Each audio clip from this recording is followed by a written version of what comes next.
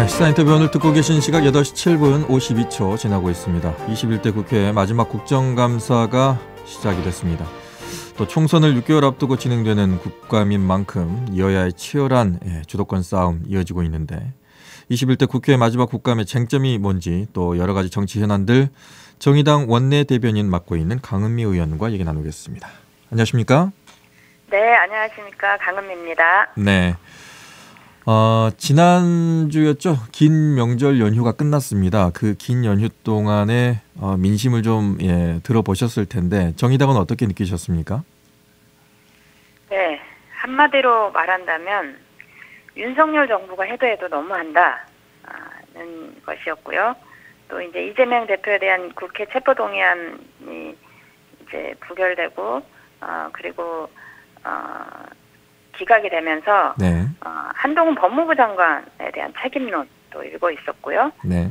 또 이제 김행 여성부 장관 그리고 신원식 국방부 장관, 유인천 문화체육부 장관 등 우리 국민의 상식으로는 받아들일 수 없는 후보자의 자질 그리고 국가관 이런 걸 보면서 정말 윤석열 정부의 인사가 안하무인이구나, 심판해야 된다 이런 민심이 좀 들끓고 있었고요. 네. 그리고 이제 한편으로는 이렇게 잘못하고 있는 현 정부에 대해서 민주당이 너무 무능하게 대응하는 거 아니냐. 대체 민주당은 어디 있는 거냐 이런 비판도 함께 좀 하셨고요. 또 정의당이 그런 면에서 왜 제 역할을 못하냐 이런 말씀과 함께 좀 더 야당이 힘을 내야 된다 이런 말씀을 좀 많이 하셨습니다. 지금 뭐 일반인들이 보기에도 국민들이 보기에도 책임을 물어도 지지 않고 있고 그리고 국회의원이 또 뭐 시정을 요구하거나 질타를 하더라도 변화가 없거든요. 네, 그렇습니다. 그래서 이제 안하무인격이고 그래서 이제 심판해야 된다 이런 말씀도 많이 하시고 이제 그럼에도 불구하고 이렇게 잘못하고 있는 걸 해서 왜 그 제1야당인 다수당을 준 민주당은 힘있게 우리 시민들을 대변하지 못하냐 이런 볼멘 목소리도 굉장히 많으셨습니다. 네.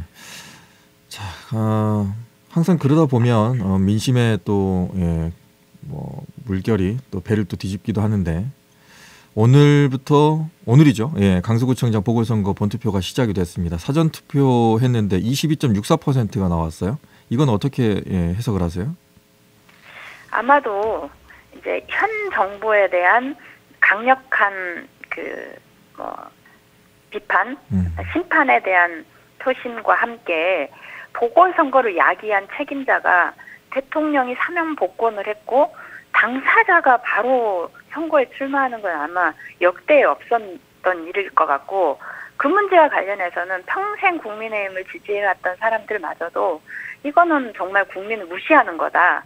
이런 부분이 정말 많았기 때문에 현 후보하고 윤석열 정부를 비판하는 그런 표심들이 모여서 이렇게 역대급으로 높게 사전투표가 나온 것 같습니다. 네.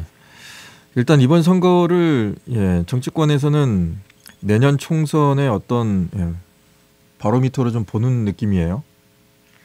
네, 이제 그래서 조금 더 일부는 문제가 있는데요. 네. 실제로 이제 강서구청장 선거인데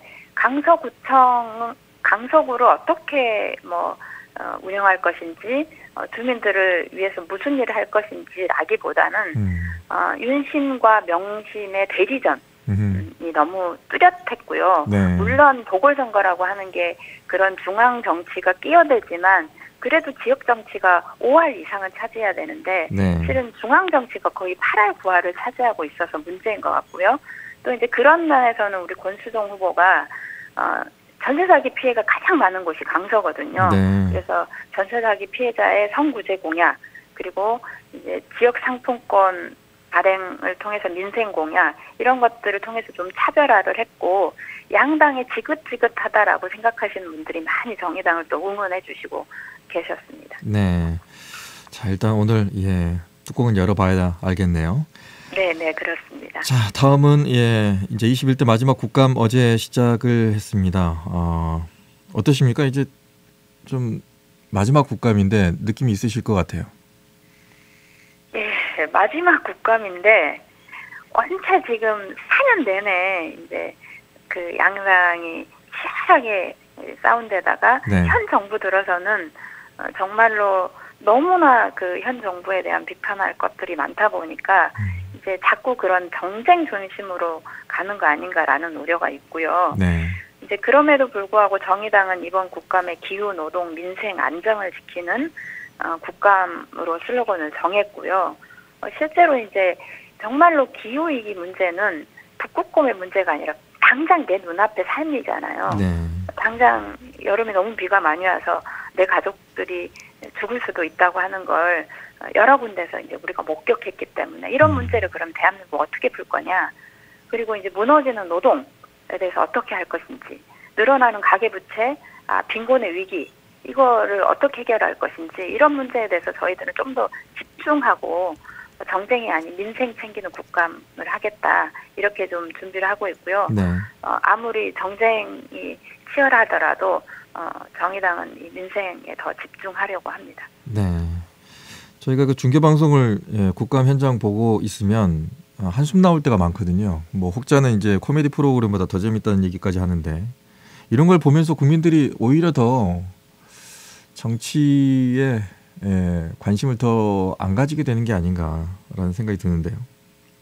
그러니까 이제 그런 부분이 많이 아쉬운 게 네. 실제로 많은 의원들 중에서는 정말 국회가 해야 할 일, 그 아픈 곳을 질문하고 이 문제를 어떻게 풀 것인지 우리가 힘을 합치자라는 이야기를 하는 분들이 많이 계신데 네. 이런 것은 거의 언론에 나오지 않고 자꾸 정쟁하고 욕하고 싸우는 것만 언론에 비춰지다 보니 이제 이런 부분이 너무 주목되지 않아서 열심히 하는 의원들도 나도 저렇게 싸우는 그런 내용을 해야 되나? 이렇게 좀 그러니까 악화를 더 부추기는 방식이어서 좀 아쉽긴 합니다. 하지만 네. 아마 상위들로 곳곳에 들여다보면 진짜 국회가 해야 할 일을 제대로 하고 있구나 이런 걸 보여줄 것 같고요. 네. 정의당도 그런 면에서 정말 그 각각의 아픈 곳들을 제대로 살피려고 하고 있습니다. 좀 눈여겨봐 주시면 좋겠습니다. 자, 그럼 쟁점을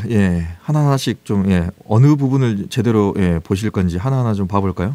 일단 저희가 지금 받은 걸로 자료를 보면 잼버리 파행이라든가 최상병 사건이라든가 독립 홍범도 장군 흉산 이전이라든가 후쿠시마 오염수 방류 문제 뭐 이런 것들로 돼 있네요.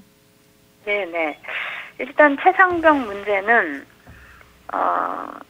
이제 자세히 들여다보면 실제로 그 사단장이 직접 현장에 가서 구체적으로 복장을 어떻게 하라고 하는 지시하는 문자가 왔거든요. 네. 그러니까 사단장의 지시로 이 그 상병을 죽인 겁니다. 그런데 그러니까 다행이라고 말은 안 되지만 한 명이 죽었는데 실제로는 8명이 다 급물살에 떠내려 가다가 5명은 스스로 자기들이 빠져나왔고 2명은 옆에 선임들이 구했거든요. 네. 자칫하면 대형 사고가 날 그런 상황이었습니다. 네. 근데 그런 것에 대해서 그 지시한 사람은 쏙 빠지고 아래에 어쩔 수 없이 정말 위험한데 이런 지시를 하고 있는 것에 대해서 계속 우려하면서 그 복장이라도 덜 위험한 방식으로 해달라고 요구했던 그 사람들만 책임지게 하는 말도 안 되는 상황이 벌어지고 있고 이런 문제를 제대로 밝히겠다는 거고요.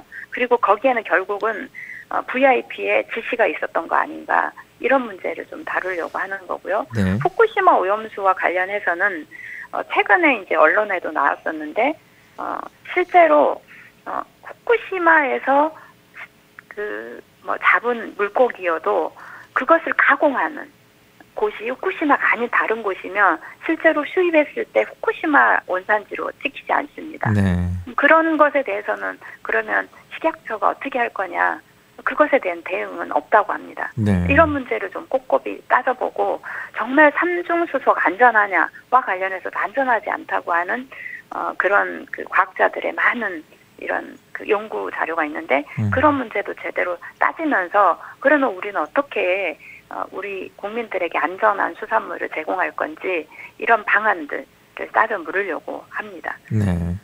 1차 방류 때는 많은 분들이 걱정하고 했는데 2차 방류 때는 언론이 집중을 안 해서 그런지 모르겠지만 걱정하는 거에 비해서 다들 이렇게 관심을 안 가지고 있는 거 아닌가라는 생각이 듭니다. 2차 방류가 된다는 것은 이제 이걸 상시화시키겠다는 건데 계속해서 이렇게 이제 물을 버리는 상황이 과연 이걸 중지시킬 수 있는 것이냐, 국제적으로든 아니면 국내에서든 가능할까요? 이제 그래서 실제로 국제사에서 계속 이야기하는 것은 생물 축적을 통해서 인간이 실제로 이제 최종 포식자가 인간이기 때문에 섭취했을 때 문제점들을 제대로 이게 파악하지 않았다고 하는 문제를 계속 제기하고 있고요. 그리고 이제 아시겠지만 우리가 유엔 인권 이사회에 이제 제소도 하고 다양한 국제사회에 호소하고 있는데 그런 걸 통해서 실제로 국제사회가 일본의 후쿠시마 오염수 해양 방류가 문제다라고 하는 것을 좀 같이 중지시킬 수 있는 힘을 좀 발휘할 수 있도록 하는 노력들을 국회 차원에서 계속 하고 있고요. 네. 이게 30년 동안 버려진다고 하지만 지금도 1년에 2만 톤 이상이 오염수가 발생하고 있기 때문에 30년이 아니라 50년이 될지 60년이 될지 모르는 상황이기 때문에 우리가 지금 한 번 버려졌지만 1년 아니든 2년 아니든 되도록이면 빠르게 중단시키기 위해서 국회가 해야 할 일을 해야 한다고 생각합니다. 네. 또 하나가 이제 전세 사기입니다. 우리 지역도 지금 크게 드러나진 않았지만 있는 걸로 알고 있는데 전세 사기 관련해서는 어떻게 질의하실 예정입니까? 전세 사기 관련해서는 이제 우리 국토부에 심상정 의원이 계신데요. 네. 심상정 의원이 이 문제와 관련해서는 작년 국감 때부터 이게 문제가 있어 보인다. 이런 전세 사기, 깡통 전세 문제가 발생할 수 있으니 국가가 대책을 세워라 계속 요구를 했는데 대책을 세우지 않았고 네. 결국은 올해 정말로 죽지 못해서 사는 시민들도 많을 거고 정말 목숨 끊은 분들도 많이 계신데 네. 문제는 이것에 대해서 선구제를 하고 그리고 구제할 수 있는 방안들을 좀 더 넓혀놔야 되는데 너무 좁혀놔서 실질적으로는 구제가 되지 않는 사람들이 너무 막막한 상황이고 그런 문제에 대해서 어떻게 구제할 것인지와 관련된 것을 좀 다루려고 하고요. 또 하나는 이제 이 깡통 전세나 전세 사기가 발생할 수밖에 없었던 근본적인 것은 임대 사업에 대해서 세금을 감면해주고 이런 정책들이 잘못된 정책이고 이런 것을 막을 수 있기 위해서 어떻게 할 것인지에 대한 것을 집중적으로 좀 따져 물으려고 합니다. 예. 요즘에 대출 금리가 너무 많이 올라가고 있기 때문에 대출 금리 때문에도 힘든데 또 전세 사기까지 당하신 분들은 정말 인생이 막막해질 수 있거든요. 예.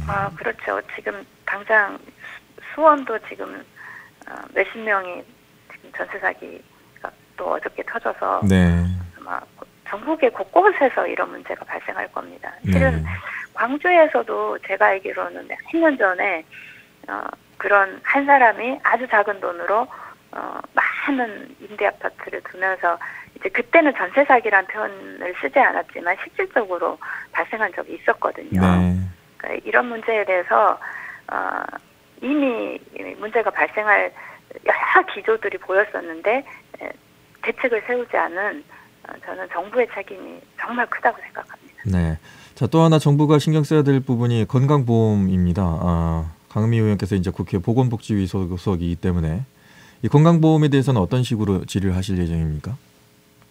네, 이제 건강보험과 관련해서는 지금 현재 현 정부는 건강보험이 줄줄 새고 있으니 이제 국민들한테 지원해 주는 것을 좀 축소하겠다라고 이야기를 하고 있는데 네. 제가 여러 통계를 보니 해외에서는 우리보다 훨씬 많은 지원을 해주면서 국민들이 건강 문제에 개인 비용을 이렇게 많이 지출하는 방식이 아니에요. 네.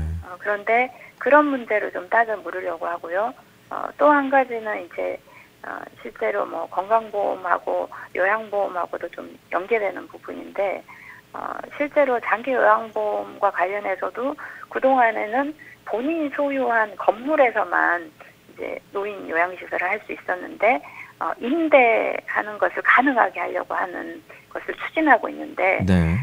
다른 나라를 보니 대형 로펌 대형 이런 업체에서 실제로 너무 많은 임대 노인 요양시설을 하다가 거기가 망해버리면 그러면 그 노인 요양시설에 있는 분들이 다 쫓겨나야 돼서 실제로 이제 노인들이 길거리에 나앉게 되는 이런 상황까지 발생하더라고요. 임대를 했을 경우에. 그런 사례를 보더라도 네. 임대 방식은 적절하지 않다라는 이런 문제 제기도 하려고 하고요. 네. 전체적으로 그 보건복지 부분에서 공공성을 어떻게 강화할 것인지 그리고 현 정부가 계속 민간 영역을 늘리려고 하는데 해외 사례나 우리나라 사회에서 어떤 문제가 있는지를 제대로 따져 물으려고 합니다. 네, 현 정부가